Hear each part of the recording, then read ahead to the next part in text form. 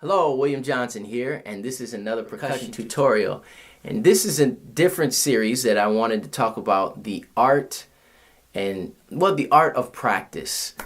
In one video, I've talked about some conga resources and practicing and developing skills or whatnot, and I actually mentioned a book by Madeline Bruiser called The Art of Practice. It's a great book, but I also love that title, The Art of Practice, because it is an art. And it's an important art in developing your craft. Now, I'm going to use congas for this episode, but it could be anything. It could be a cajon, it could be maracas, shakers, it could be guido, it could be bongos, whatever. But we're going to talk about the congas. Now, I'm going to talk about this in stages, okay? So I'm going to use as an example. And this is just an idea. It doesn't have to be the way that you're going to do this, but I'm going to show you how some ideas that I have practiced and ways that I practice, and each video is going to show different examples. And hopefully the end goal is that you or whoever may be watching this can draw some inspiration from. But those that are still understanding practice and developing skill and how to practice, and what that actually means, or how interested in ways that I approach it, that you can take from it and then kind of develop your own routines, okay? So I have various different ways of practicing, lots of different ways, and I do it now differently than when I was starting out. But the way that I develop my various rudiments or different types of riffs and vocabulary within playing certain rhythms was by using rhythms or little riffs that I would hear other drummers play. But to take it another step, later on in my development is I started using rudiment books like this one, Stick Control for the Snare Drummer, okay, which is actually about developing stick control. Now he's talking about sticks, actual drumsticks, but articulation and actual sticking or movements of the hands, different patterns. Like paradiddles, left, right, right, left, right. Any combination of patterns on the drum becomes a particular rudiment, okay? And how you approach those on the drum becomes your stick control, your ability to control the stick, or in this case, our hands, okay? So, now, the first thing is, that I wanted to mention was my interpretation and my ideas of developing an actual routine. Everyone has a different idea of what practice means to them. And practice is a huge general term that can mean a bunch of different things in different scenarios. What I'm talking about is very specific. That being said, when I think of practice, I don't just think about wood shedding, okay, or shedding. In other words, going in and just working it out for a couple hours. What does that mean? For a lot of people, for many years, is until they get to a point, an aha moment, that might just mean reinforcing what they already know, knocking off rust. And that's okay to do that. But reinforcing rhythms that you already know and jamming is not going to get you out of your comfort zone. And it's important to be able to get out of your comfort zone and challenge yourself to new ideas in order to increase your vocabulary on the instrument. And at the end of the day, I think that's what a lot of us are trying and achieving to do.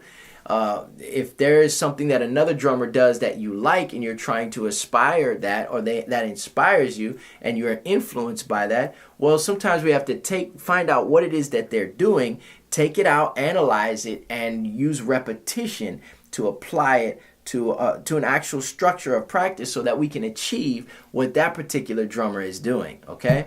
So one of the things that I began to do is I use a notebook and write down what I'm going to practice that day. And what is crucial for me and what I've found that has really helped me is before I even practice and get on a drum is just the preparation, the mental preparation. Stop, I get everything that I need. Whether that means put my phone on airplane mode or vibrate, get a glass of water, snack, everything should be right there. Use the restroom, the bathroom, do everything you need to do and create an environment that you can concentrate and focus.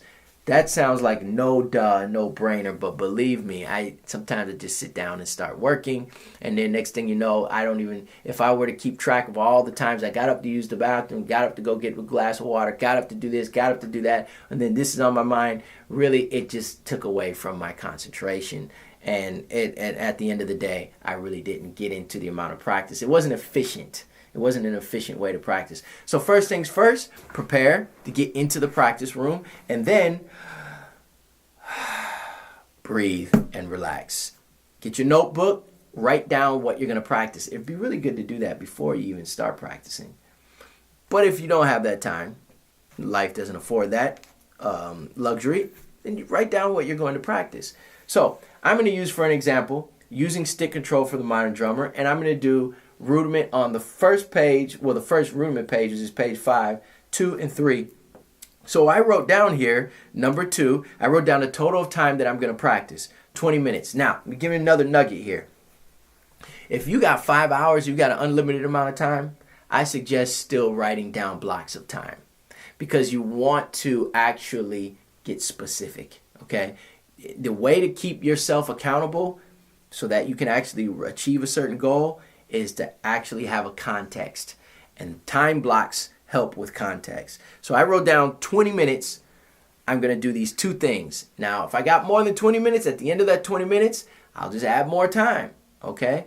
But I'm going to do blocks of time, and I'm going to be committed to that block of time. I'm not going to do anything else except, or I'll do my best to do just that within that block of time. If you get that done, you have already won over half the battle, okay?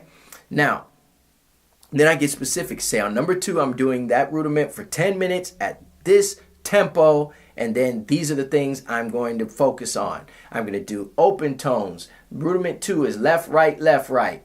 You do that for 16 times, and that begins all one pass. By the way, the author suggests to practice it. So left, right, left, right, left, right, left, right, left, right, left, right, left, right, left, right. That's 4 groups, 4 eighth notes. We have a total of 16 eighth notes, 16 notes. That becomes 1 count.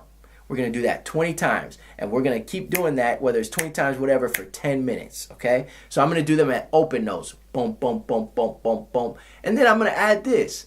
I need to work on my bass notes, let's say. So I'm going to do 1 pass of eighth notes, those eighth notes as open, and then as soon as I'm done with that, then I switch. The next pass is all bass notes. So I alternate from open notes to bass notes. Boom. I got my first area of the practice, writing it down. So I got 20 minutes, rudiment number 2 for 10 minutes at this tempo, focusing on, we're doing eighth note, open note and bass note alternation. So we're alternating between those 2. And we're going to do those for 10 minutes straight. The book recommends do it 20 times, then move on. We can either do that 20 times, and then if we got done 20 times, but we still have more minutes left, we just keep going for however many minutes are left up, or just do it for 10 minutes straight, whatever. Then we move on to rudiment 3, and it may be different. Rudiment 3 on here is right, right, left, left, right, right, left, left, right, right, left, left, right, right, left, left. You may want to do those as bass notes. You may want to do it as open notes. We're going to do them as open notes, okay? And we write all that down, and now we have an actual practice routine written down in our book. 2 weeks from now, after hopefully we've practiced this every day, daily, for at least a few minutes, 10 minutes, whatever we committed time to, we at least did that, maybe we say, this is rudimentary practice, rudiments. We're going to do that on every Monday. Okay, so we do that on Monday. And so then the next Monday, I may be able to bump it up a BPM, a beat per minute or 2. But I actually have what I wrote down, so I can now be accountable. I can look and see where I've come from, and I can measure my success as well. So it's just a suggestion. It's an idea. The more this is being serious about our practice. You don't have to use a notebook, but it's good to have some kind of structure when it comes to that. So what does this look like, practical terms? Okay, well, I mentioned we'll do the rudiment 2, 10 minutes. I'm not going to do 10 minutes here, but I'm going to do it for maybe a few, 30 seconds, whatever.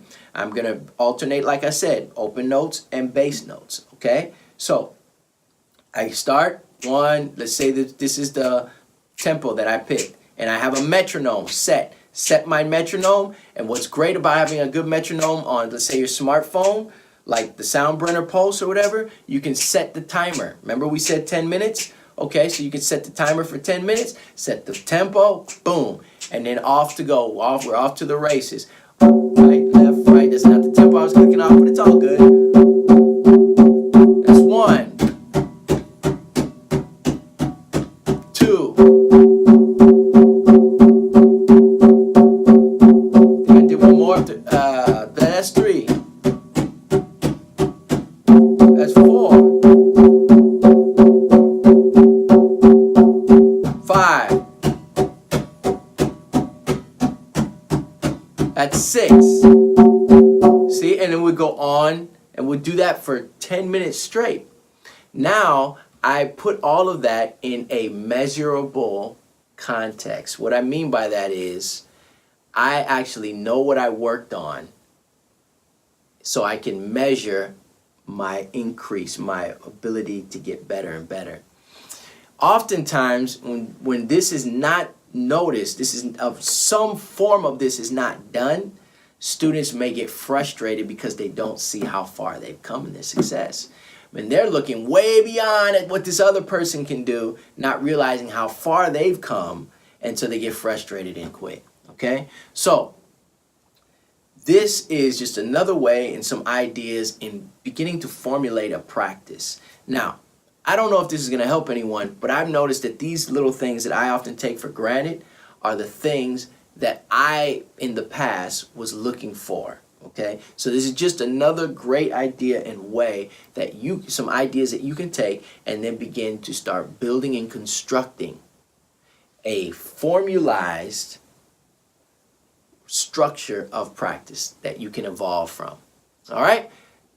Until next time, see you soon.